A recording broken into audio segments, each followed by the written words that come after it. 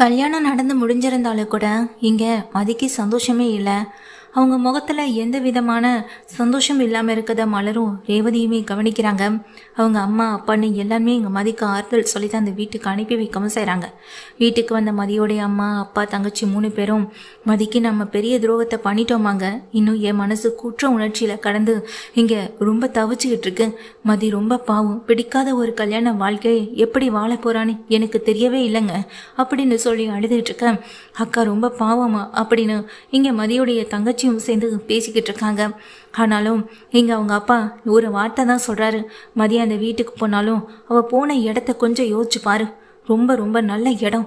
அவள் அந்த இடத்த தக்க பிடிச்சு வாழ வைக்கிறதுக்கு நாம தான் இனி ஏதாவது செய்யணும் அப்படின்னு அவங்க அப்பா சொல்ல, நாளைக்கே நம்ம மதியை போய் பார்த்துட்டு வரலாம்.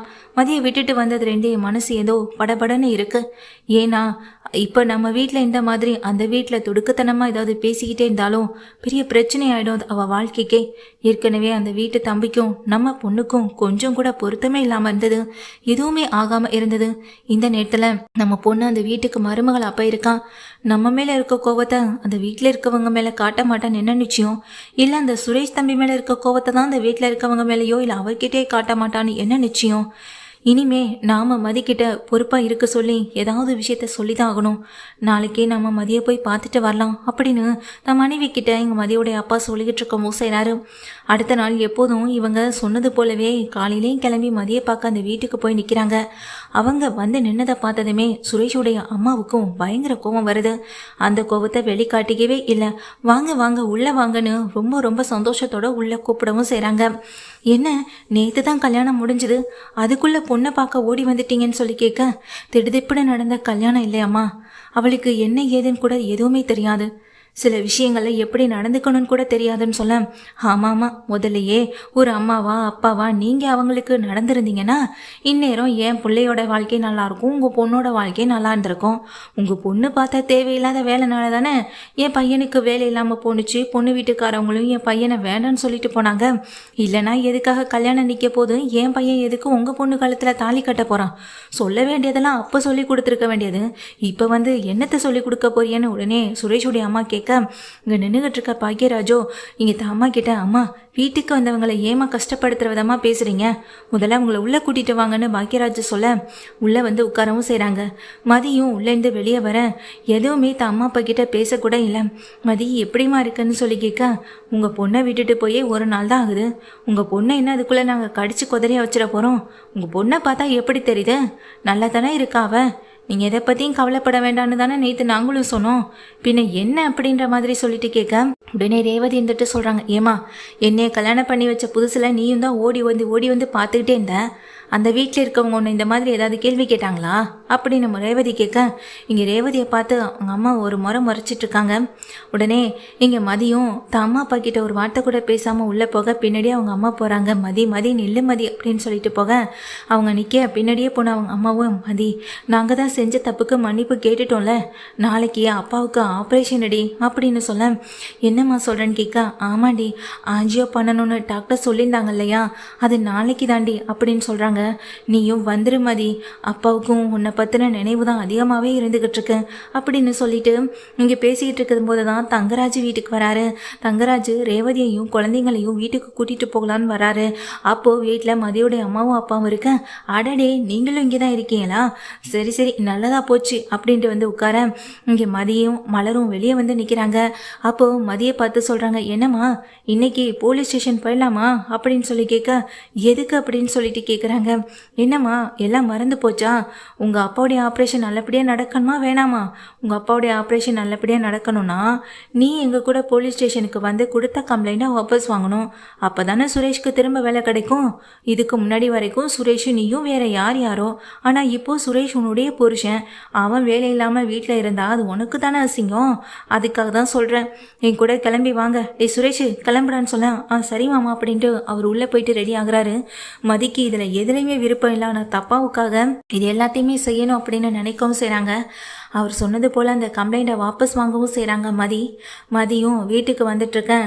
வீட்டுக்கு வந்ததும் அம்மாவும் அப்பாவும் சரி மதி அப்போ நாங்கள் கிளம்புறோன்னு சொல்லும்போது தங்கராஜ் சொல்கிறாங்க, உங்கள் பொண்ணு நாங்கள் சொன்னது போல் கேட்ட வரைக்கும் சந்தோஷம்தான், ஆனால் நாளைக்கு ஆப்ரேஷன் அப்படி இப்படின்னு ஹாஸ்பிட்டலில் போய் படுத்துறாதீங்கன்னு சொல்லும்போது, என்னங்க ஐயா சொல்கிறீங்க, நீங்கள் தானே நாளைக்கு என் புருஷனுக்கு ஆஞ்சியோ பண்ணணும், நிறைய செலவாகும்னு சொல்லியிருந்தீங்க, இப்போ என்னடானா எதுவுமே வேண்டான்னு சொல்கிறீங்க, என் பொண்ணு எதுவும் கம்ப்ளைண்ட் வாபஸ் வாங்க மாட்டேன்னு சொல்லிட்டாலே, ஏன் மதி என்னடி என்ன ஆச்சு அப்படின்னு சொல்லி கேட்க, எதுவுமே தெரியாமல் மதி முழிச்சிட்ருக்கேன். உடனே தங்கராஜ் சொல்கிறாங்க, சச்சா அதெல்லாம் ஒன்றும் இல்லை, உங்கள் பொண்ணு நாங்கள் சொன்னதை கேட்டு கேஸை வாபஸ் வாங்கிட்டான், அதனால் எங்களுக்கு எந்த பிரச்சனையும் இல்லை, ஆனால் ஒரு பொய் சொன்னால் தானே இன்னொரு நல்லது நடக்கும்னு சொல்லுவாங்க, அதான் நாங்கள் சொன்ன பொய் இப்போ எங்கள் தன்மானத்தையும் கௌரவத்தையும் காப்பாற்றிருக்குன்னு தங்கராஜை சொல்ல, உடனே எங்கள் சுரேஷுடைய அம்மா என்ன மாப்பிள்ளை சொல்கிறீங்கன்னு தங்கராஜை பார்த்து கேட்குறாங்க. தங்கராஜும் அங்கே நின்றுக்கிட்டு இருக்க மதியுடைய அம்மாவையும் அப்பாவையும் பார்த்து, நீங்கள் ஜஸ்ட் மயக்கம்தான் ஆனீங்க, உங்களுக்கு எந்த பிரச்சனையும் இல்லை, நீங்கள் அங்கேருந்து கிளம்பும் போதே எனக்கு ஃபோன் பண்ணி சொல்லிட்டாங்க எங்கள் ஆட்களும், அதான் எந்த ஹாஸ்பிட்டல் கொண்டு போய் சேர்க்குறாங்கன்னு இங்கே ஃபாலோ பண்ண சொன்னேன், அவனுங்களும் நீங்கள் சேர்த்த ஹாஸ்பிட்டலை பார்த்துட்டு எனக்கு கால் பண்ணாங்க, அந்த டாக்டரும் நமக்கு ஏற்கனவே வேண்டப்பட்டவரே தெரிஞ்சவர், இவ்வளோ பெரிய ஆள் அவருக்கு தெரியாமல் இருக்குமா, நான் ஃபோன் பண்ணி கேட்டுட்டதுனால தான் அவரும் அதெல்லாம் உங்ககிட்ட சொல்லிட்டு இருந்தார், சரியா, இதில் இனிமேல் பிரச்சனையெல்லாம் பண்ணுறதுக்கு எதுவுமே இல்லை, உங்கள் புருஷன் இப்பன்னு இல்லை இன்னும் 100 வருஷத்துக்கு நல்லா தான் இருப்பார், அவர் உடம்புல எந்த பிரச்சனையும் இல்லை, டென்ஷன்லையும் பதட்டத்துலையும் தான் மயங்கி விழுந்திருக்காரு, மற்றபடி அவருக்கு ஆஞ்சியை பண்ணணும் அப்படின்றதெல்லாம் எந்த அவசியமும் இல்லை, அப்படி சொன்னால் தானே நீங்களும் என் கண்ட்ரோலுக்கு வருவீங்க, இப்போ பாருங்கள் அப்பாவுக்கு ஆப்ரேஷன் அதுக்கு பணம் கட்டணும் அப்படின்னு உடனே உங்கள் பொண்ணு எப்படி என் பின்னாடி குடுன்னு ஓடி வந்தா பார்த்தீங்கள அப்படின்னு சொல்ல, அங்கே நின்றுக்கிட்டு இருக்க மதியுடைய அம்மா பயங்கரமாக கோவப்படுறாங்க. டக்குன்னு அங்கே நின்றுக்கிட்டு இருக்க தங்கராஜுடைய சட்டையை பிடிக்கிறாங்க.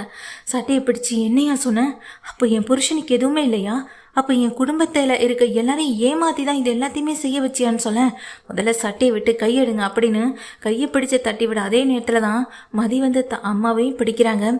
என்னடி இப்போ தான் போனால் போகுது, உங்கள் அம்மா உன்னை பார்க்க வந்திருக்காங்களேன்னு ஆனால் அமைதியாக இருந்துகிட்டு இருந்தா, என்னமோ 100 பவுன் நகை கொடுத்து உன்னை கல்யாணம் பண்ணி இந்த வீட்டுக்கு அனுப்பின மாதிரி ஓவர் பேச்சு ஓவர் திமிரு, இதெல்லாம் எதுக்கு, முதல்ல உங்கள் அம்மாவையும் அப்பாவையும் இந்த வீட்டை விட்டு வெளியே போக சொல்லு அப்படின்னு சொல்ல, அவங்க எதுக்கு போகணும், இந்த வீட்டுக்கு என்னை கல்யாணம் பண்ணி கொடுத்துருக்காங்க, இந்த வீட்டுக்கு மருமகளாக நான் வாழ வந்திருக்கேன், அப்படி இருக்கும்போது என் அம்மா அப்பா என்னை பார்க்க தானே வருவாங்க, பொய் பித்தலாட்டை இதெல்லாம் உங்கள் குடும்பத்துக்கு தான் வரும், என் குடும்பத்துக்கு அது என்றைக்குமே இருக்காதுன்னு சொல்ல, ஆமாம் 100 பவுன் நகை போட்டு கட்டிட்டு வந்தியான்னு கேட்டிங்களே, 100 பவுன் நகை போடுறதுக்கு நீங்கள் டைம் கொடுத்தீங்களா, இல்லை உங்களுக்காக நாங்கள் இதுக்கு 100 பவுன் நகை எங்கள் வீட்டிலேருந்து உங்ககிட்ட கொண்டாந்து கொடுக்கணும், அடுத்தவங்க உழைப்பில் வாழ்ந்துட்டு இருக்கவங்களா நீங்கள், சொந்த உழைப்பில் எதையுமே செய்ய மாட்டீங்களான்னு இங்கே மதி கேட்கும்போது சுரேஷ்க்கு கோவம் வந்து இங்கே மதியை திட்ட ஆரம்பிக்கிறாங்க. அதுக்குள்ளே மதி போதும் நிறுத்துங்கன்னு ஒரே சத்தம் தான், வேகமாக எல்லாரும் முன்னாடியும் சத்தம் போட அத்தனை பேரும் அமைதியாக நிற்க, இன்னும் ஒரு வார்த்தை பேசுறதுக்கு கூட இந்த வீட்டில் யாருக்கும் தகுதி இல்லை, என் அம்மாவும் அப்பாவும் என்னை எப்போ வேணாலும் பார்க்க வருவாங்க,